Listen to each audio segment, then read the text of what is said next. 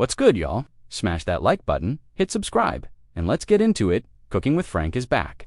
Hope your Sunday's been solid, whether you're chilling with your people or just figuring out life solo. But today, we gotta cook, and not just one topic, nah. We bouncing around a little, because some of your favorite worst people are still out here wildin'. And yes, that includes the queen of courtroom dodging herself, Tiffany Henyard.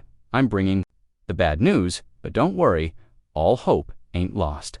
Not yet. Yup, you guessed it, Tiffany Houdini slipped outta another mess like she always does. This ain't new. She pull up to court, get threatened with jail, contempt, or even perjury, and somehow still strut out like it's Fashion Week. That slick-talking lawyer of hers, Beau Brisket Brinley, must be cashing every check she throws at him, because once again, he got her off the hook. This time it was about the FOIA request case. And just like magic, she dodged accountability. Again, now let's talk about the Edgar County Watchdogs man. I really thought they were on the right side of this. Turns out, they just want a payday like everybody else. How you go after Tiffany for not producing a document she literally held up in a public meeting. Unless that doc was fake-hand, it wasn't even the credit card document, everyone's mad. About judge told her it's $1,000 a day until you hand it over. And just when you think it's about to go down, Brinley pops up with another affidavit. And Judge Moreland, he called it good enough. Honestly, somebody needs to investigate Judge Moreland. In fact, investigate all of Emory Last Judge that keeps letting Tiffany slide like this. Doesn't matter what her crusty little legal team says, she's been spitting in the face of the system for too long. But yeah, Judge signed off on Brinley's second affidavit, and just like that case, dismissed. Now the watchdogs shifted their attention to Dolton. So Tiffany just passed the blame to the next crew. How she ain't even the mayor anymore. But somehow it's their problem now. This is exactly why I can't stand politics or the court system. It's all cap. Everybody knows this woman is guilty, like painfully obvious, but she still walks like nothing happened. But listen, the reason I said all hope isn't lost is 'cause this FOIA stuff wasn't gonna land her in prison anyway. Nobody's going to jail for that. At best, I thought they'd make her pay some fines. But nah, not even that happened. They let her slide again. But don't cry yet. This ain't over. See, there's still that juicy little FBI investigation hanging over her head. Shout out to my guy Carlton from Go Political Dude, is sharp, and he's been covering this too. Go check his video out. It's worth it. Look, Tiffany might feel like she just won, but this was a baby win. Like hitting a single in a baseball game when you're already down 11-0 in the ninth inning. That's all she did. A base hit while the scoreboard's laughing at her. Now ask yourself, what are the odds of her actually coming back from that? The odds of her escaping the FBI? Damn near zero. Just like the odds, when the feds get involved, everybody knows their conviction rate sits around 95 to 99%. That's basically game over. It's like Angel Reese missing a layup hit. Could happen, but don't bet on it. Okay, fine. Bad comparison. Angel Reese be making, what, 40% of her layups? Which, honestly, ain't great, but whatever. We might circle back to her later, 'cause she's been trending too. Anyway, don't panic. I know it's frustrating watching someone like Tiffany skate every time, but this is how the feds operate. They move slow, methodical. And let's be real, Tiffany didn't pull this off alone. She infected the whole system. And when they start squeezing her people, offering them 3 to 5 years, watch how fast the truth comes out. You already seen folks jump ship. Her circle falling apart. Just wait till the real pressure hits. Look around Kefatamus at Enagon quiet. Andrew Holmes still holding a trustee seat in Dalton. And Mr. Blue Fence riding Stanley still hanging. Around 2, but let me tell you, when the heat turns up, folks sing. These people don't love Tiffany, they just feared her. And once that fear fades, the truth gonna fly out like loose papers in the wind. I've said it 100 times, don't rush it. It's coming. Let her flex now.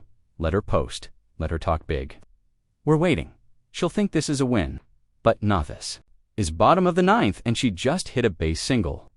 Game's already over. She just don't know it yet.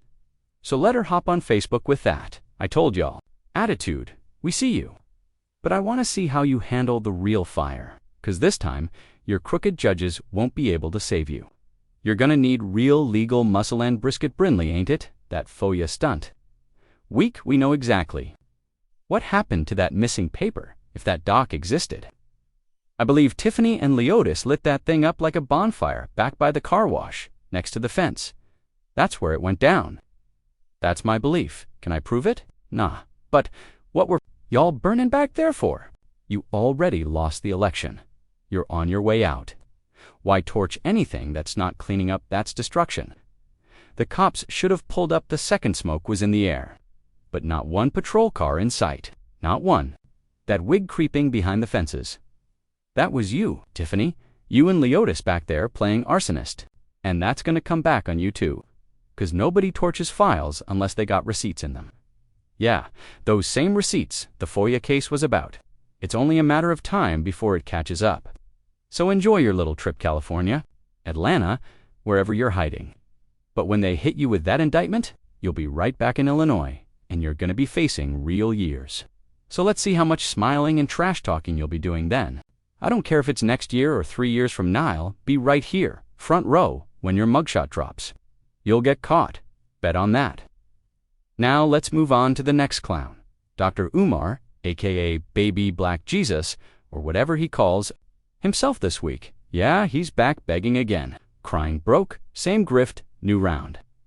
How y'all still falling for this? Look, this ain't for my subscribers, my audience. Y'all smart, proven that already. If you're dumb, I boot you. Quick. But for the Umar fan club, what's wrong with y'all? Real question. This man been running the same school hustle for 2 decades. It's been 15 years. Still no students, no staff, no school. But they got a principal, of course. Ain't that always how it goes? This the same dude. Y'all the one whose school got broken into and supposedly stayed open for a whole week, and the only thing that went missing was books. Man, I've been a landlord before. If a place sits open for even a couple days, they're not just taking books, they're stripping copper, pipes, wiring, anything they can sell. But that just tells me the truth. There was nothing inside that school to begin with. If had a shot for a full week and walked away with paperbacks. That building was already empty. But of course, that was his excuse for the next delay. Let him tell it. The school didn't open because someone broke in. Now the delay's back. Because get this, his bank account got frozen. Yep, apparently someone got into his bank. Nah, bro, that someone was called the bank. Just like Cash App booted you. Just like Zelle froze your shady self. These payment platforms are done with you. They know exactly what game you're running. And here he goes again begging for money like clockwork. Let's check in on him. Let's hear this mess straight from his mouth. Peace and Pan-Africanism. Peace and Pan-Africanism. Bro, how many times he repeats it? Like it's a ringtone. This is your big brother, Dr. Umar, Intercontinental Rib Tip Prophet. Coming live from Philly. Okay, now he got a 5-minute message he just has to share. And what is it this time? Somebody texted him needing money. So he logged in to Help Hand. Couldn't even access his own account. He says the bank had no record of his account. The same bank he's been using since he was a teen. Then, plot twist, he finds out both his personal account and the Frederick Douglass Marcus Garvey Academy account are frozen. And not just frozen, they're under investigation. But wait, don't worry, it's not for his fraud. No. It's because someone tried to gain access. Bro, stop. That someone is probably the bank itself shutting you down again. Like they always do. Let's be real. No outside person is getting your account's frozen, Umar. That's the bank making a decision. That's Cash App, Zelle, PayPal, everybody, flagging your shady fundraising game. This ain't new. This is what happens when you're a full-time culture pimp, sitting in your car, sweating, with your African headband on like it's a crown of righteousness. Talking all that black power but got 5 baby mamas and no receipts. You don't live what you preach, you hustle it. This, the same dude cloning Bronny James for talking a white girl to prom. Meanwhile, he got 3, 4 baby mamas and still ain't got a damn job. So, which is worse? A high schooler's date? Or a grown-ass man with multiple kids he don't take care of, scamming folks for a living? And don't let him fool you with all that Pan-African intergalactic psychology degree mess either. Most folks with real PhDs actually work, refuses to clock in. Why? Probably to dodge child support. Let's be honest, Dr. Umar is a whole joke. He's basically Tiffany Henyard's long-lost twin been out here running his mouth for 15 straight years with nothing to show for it. And the craziest part? He keeps getting away with it. Banned in states from taking donations, bounced off every payment platform known to man. And he's still out here saying the school's coming soon. Bro, there's a whole legal process to opening a school. You really think he's doing that work? He tells y'all he's broke, but claims he's about to hire teachers and launch a whole campus. Come on now. How long y'all gonna fall for this? How many times does he have to lie before folks wake up? Look, if you used to support Umar and finally pulled out, salute to you. Respect. But if you're still sending this dude money, man, I don't feel bad for you at all. He can rob you blind until your last breath. That's on you. He's not opening a school, he's using the idea of one to rob you. Let's keep it real. He ain't interviewed a single teacher. No staff, no legit curriculum, just the same race-baiting hotep fairy tales he's been selling for years. And somehow, you're the fool for not seeing it. You worried about who Bronny goes to prom with, but your own life is in shambles. That's what makes this guy the worst type of fraud. He's the plumber whose pipes are busted at home, but he out here charging folks to fix theirs. That's Umar, the hustle preacher. And yeah, man, it's insane. Hopefully, someday, the right authorities step in and shut this circus down. 'Cause the grift ain't just embarrassing, it's dangerous. But until then, let him keep doing peace and Pan-Africanism chants from the backseat of his car with his forehead sweaty and lies on loop. Just know anybody still buying it at this point, you're volunteering to be stupid. And trust me, he'll keep cashing in on that until the scam finally collapses. Put an end to this nonsense. Get a real job. You claim to have all these qualifications, but you refuse to work for someone else in the field that could actually pay you well. Instead, you run around spewing psychological jargon, assuming you even have a psychology degree in the first place. You're using it to manipulate people, pretending to be some kind of black leader, when in reality, you're just exploiting the community. You're not a leader, you're a leech. That's exactly what Umar is, a leech. Now, moving on, let's talk about Clarissa Shields, or as I like to call her, classless Clarissa. Apparently, she's now targeting Leila Ali for no good reason. Yes, Clarissa won her fight last night, bringing her record to 17-0 with 3 knockouts. But, let's be honest, modern athletes like her are often way too full of themselves without doing anything truly remarkable. Sure, Clarissa can fight, she's definitely one of the top female boxers out there right now. But let's not pretend the competition in women's boxing is strong. It's weak. Honestly, it's like the WNBA of boxing. Put on a halfway decent performance, and suddenly you're treated like a legend. Now, I respect Leila Ali. Back in her day, she was knocking women out left and right. If you had a part-time job and had to fight her, you'd return to work with a concussion.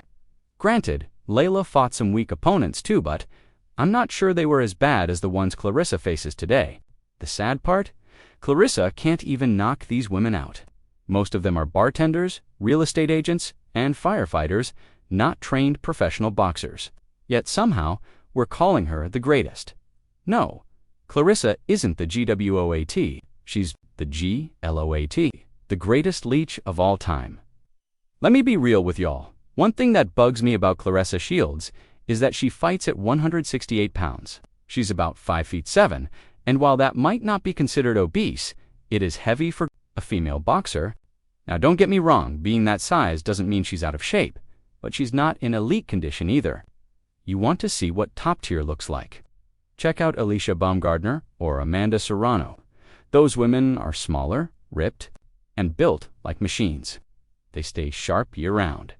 Even Leila Ali, who is about 5'10", stayed ready. Clarissa's in the women's heavyweight class. But for perspective, David Benavidez, a male fighter, is in that same 168 to 175 weight range. So, how heavy is Clarissa really when she's off-season? You can tell she trains just enough to get by. She doesn't train like she's hungry, and it shows. The fire just isn't there, and to make things worse, she went and tattooed a married man's name under her right breast. Yeah, dead serious. Pulled her gear down just enough so the world could see it, like it was something to be proud of, then turned around and showed off her behind like it was something special.